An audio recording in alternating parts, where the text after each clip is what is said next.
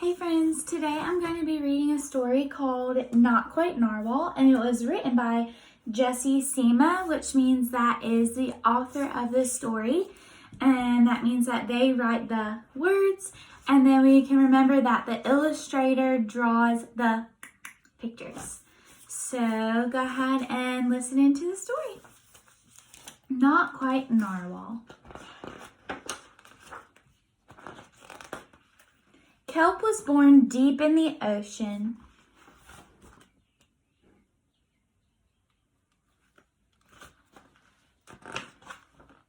He knew early on that he was different from the other narwhals. His tusk wasn't as long as everyone else's. He had different tastes in food, and he wasn't a very good swimmer.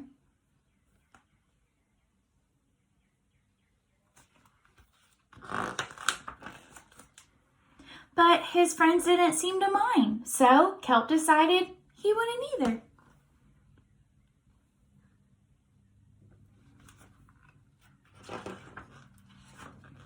That is, until he was swept away by a strong current.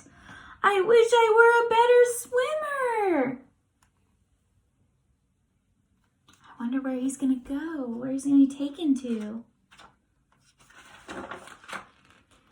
Kelp found himself at the surface closer to land than he had ever been before. I spy something up here.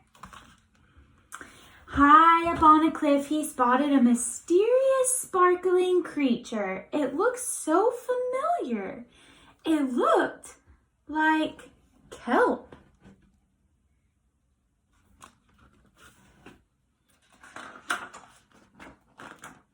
Kelp swam toward land as fast as he could, which wasn't very fast at all, hoping that he could catch up with a creature that looked just like him. When he finally reached the shore, Kelp had felt a little bit anxious. He had never left the ocean. He was nervous about walking for the first time, but the land creatures made it look so easy.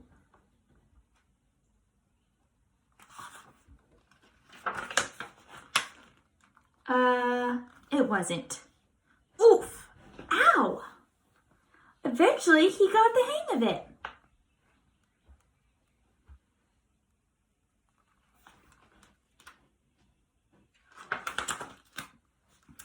Everything on land was so strange and beautiful, but also kind of scary.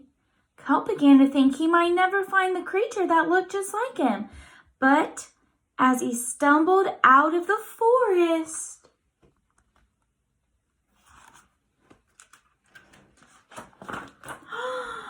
land narwhals!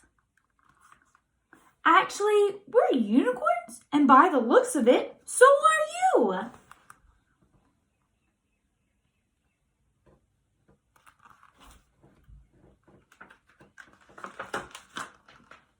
Kelp had never heard of unicorns before. They taught him all sorts of new things about his tusk. We called them horns. Wow! Do you know what these are called?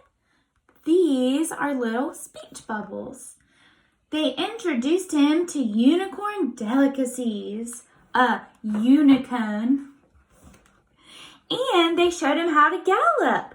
There was no doubt that Kelp was, in fact, a unicorn. He was having so much fun that he didn't want to leave.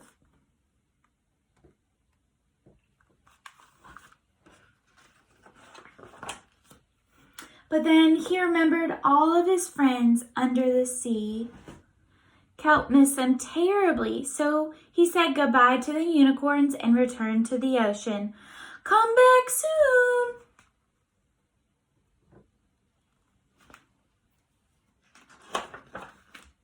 Kelp swam toward home as fast as he could, which wasn't very fast at all, hoping that the narwhals would still like him now that he was a unicorn. When he finally arrived, Kelp had butterflies in his stomach. Welcome home, Kelp!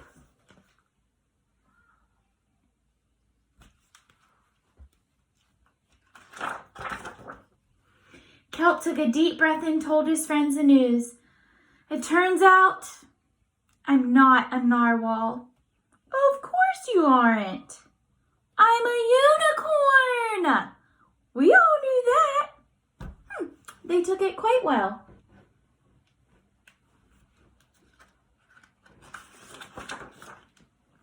Kelp was happy to be home, but now that he'd experienced life on land with the unicorns, he couldn't seem to forget them.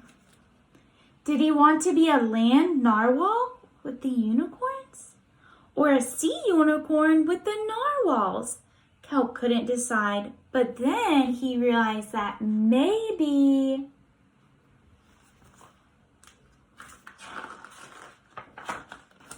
just maybe...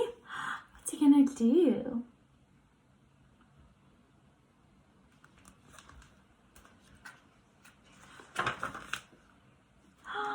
He didn't have to choose. He showed them all to each other. Now they're all friends. I'm a unicorn. Not a unicorn, it's a rhino. Awesome. Now that we've read this story, I want you to think about fiction books and what makes the story fiction. So we know that fiction means fake, and this is definitely a fantasy kind of fiction. So I want you to remember what we learned about in school about genres of stories. There's that fancy Nancy word genre, and it means what type of story is this? So we know that it's fiction, and then I want you to write in your writer's notebook or your reader's notebook about what makes this story fiction.